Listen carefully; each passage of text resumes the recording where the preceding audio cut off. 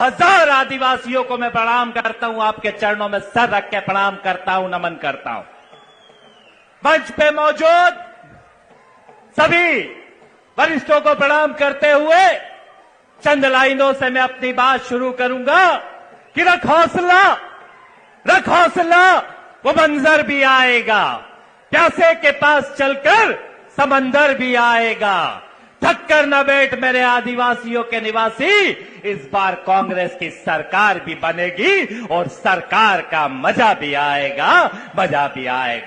मैं इस बात को इसलिए कह रहा हूं, जिस तरह से आपका जनसैलाब यहां पे उमड़ा है और जिस ताकत के साथ एक एक नेतृत्व के रूप में प्रियंका गांधी जी हम लोगों के बीच में आई है, और आज जिस तरह की हालात इस मध्य प्रदेश के अंदर इस भारतीय जनता पार्टी की भ्रष्ट और निकम्मी सरकार ने कर दी है, जिस प्रकार से आदिवासियों पे अत्याचार करे जा रही है, जिस प्रकार से दलितों के ऊपर अत्याचार इस प्रदेश के अंदर हो रहे हैं, वो किसान और अन्नदाता जिसको सब्ज बाग दिखाए गए थे कि लागत आदि कर देंगे और कीमतें दुगनी करने का काम कर देंगे। आज हालात ये है कि भारतीय जनता पार्टी की सरकार के अंदर किसान के पेट पे लात और छाती पे गोलियां मारने का काम ये भारतीय जनता पार्टी की सरकार के अंदर इसके नेता करने का काम करते हैं। आज गरीब परेशान है, आज आदिवासी परेशान है, आज नौजवान परेशान है। उन आदिवासी नौजवानों के साथ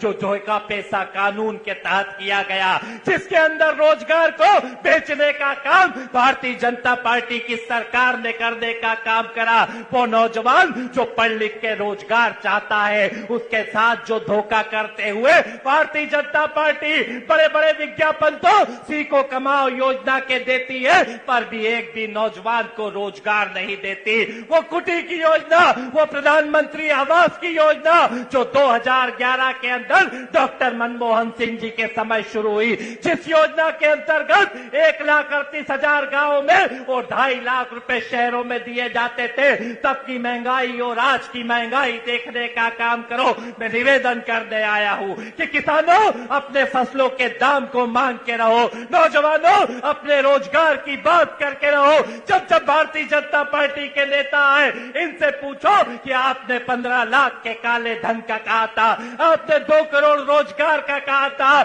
आपने अच्छे दिन का कहा था। आप 400 रुपए के ऊपर जब गैस की टंकी हुआ करती थी तो उसे डायन बताया करते थे, और आज 1200 पहुंच गई है तो उसे विकास कहते हो। अरे भारतीय जनता पार्टी के लोगों, तुम्हारा विकास पागल हो चुका है। इस पागल विकास को रोकने के लिए यहाँ की जनता एकत्रित होकर खड़ी हुई है। हाथ उठा के भरोसा दिलाओ कि ताकत के साथ कांग्रेस पार्टी को लेके आएंगे।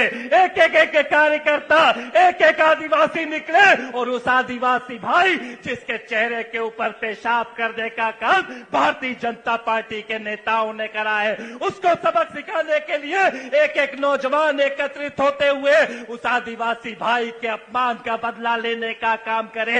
एक एक किसान निकले, वो मंदसौर के गोली कांड को याद करने का काम करे। एक एक नौजवान निकले, वो बेचे हुए रोजगार को याद करने का काम करे। मैं कहने आया हूं कि जिस तरह से फसलों के दाम कम हो रहे हैं, जिस तरह से नौजवानों के रोजगार कम होने का काम हो रहे हैं, रोज भारतीय जनता पार्टी आती है और सिर्फ एक मुद्दे पे बात करती है। हर बात का एक इलाज इनसे दिखता है, हिंदू और मुसलमान की बात करती है। मैं निवेदन करना चाहूंगा, ये पावन भूमि पे निवेदन करना चाहूंगा, इस देश के मुद्दे हिंदू और मुसलमान नहीं हो सकते। इस देश के मुद्दे कब्रिस्तान और शमशान नहीं हो सकते। इस देश के मुद्दे हो सकते हैं तो नौजवानों को रोजगार कैसे मिले, किसान को फसलों का दाम कैसे मिले, गरीब को महंगाई से राहत कैसे मिले। चंद लाइनों से कहूंगा कि ख्वाहिशों से नहीं गिरते फूल झोली में, वक्त की साख को हिलाना होगा, कुछ नहीं होगा अंधेरों को गालियां देने से। इस बार भारतीय जनता पार्टी की जमानत को जब्त कराना होगा। एकत्रित होके एक एक व्यक्ति पूरी ताकत के साथ प्रियंका जी की आवाज में आवाज मिला के, ये इंदिरा गांधी की वंशज है जिन्होंने इस देश के आदिवासियों को हक और अधिकार देने का काम किया। ये गांधी परिवार की वंशज है जिन्होंने इस देश की आजादी, उन्नति और तरक्की में अपना योगदान देने का काम किया।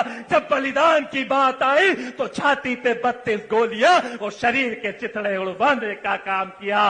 एकत्रित हो और नारे लगाओ, राहुल गांधी, प्रियंका गांधी, कांग्रेस पार्टी। अंतिम शब्दों के साथ अपनी बात खत्म करूंगा कि अपनी जमीन अपना आकाश पैदा कर, हो सके तो रोज नया विश्वास पैदा कर। कब मिली है मांगने से शोहरत, हो सके तो बीजेपी वालों की जमानत जब्त करा के अपना इतिहास पैदा कर। मौका आपके पास है, ताकत से कसम खा के जाना, एक एक वोट बीजेपी के खिलाफ गिरेगा, एक एक वोट कांग्रेस को गिरेगा, एक एक सीट कांग्रेस की आएगी और इस खरीदे हुए जनादेश की सत्ता और सरकार को सबक सिखाने का काम करेंगे। बोलो कांग्रेस पार्टी, कांग्रेस पार्टी। जय हिंद, जय भारत, हिंदुस्तान जिंदाबाद।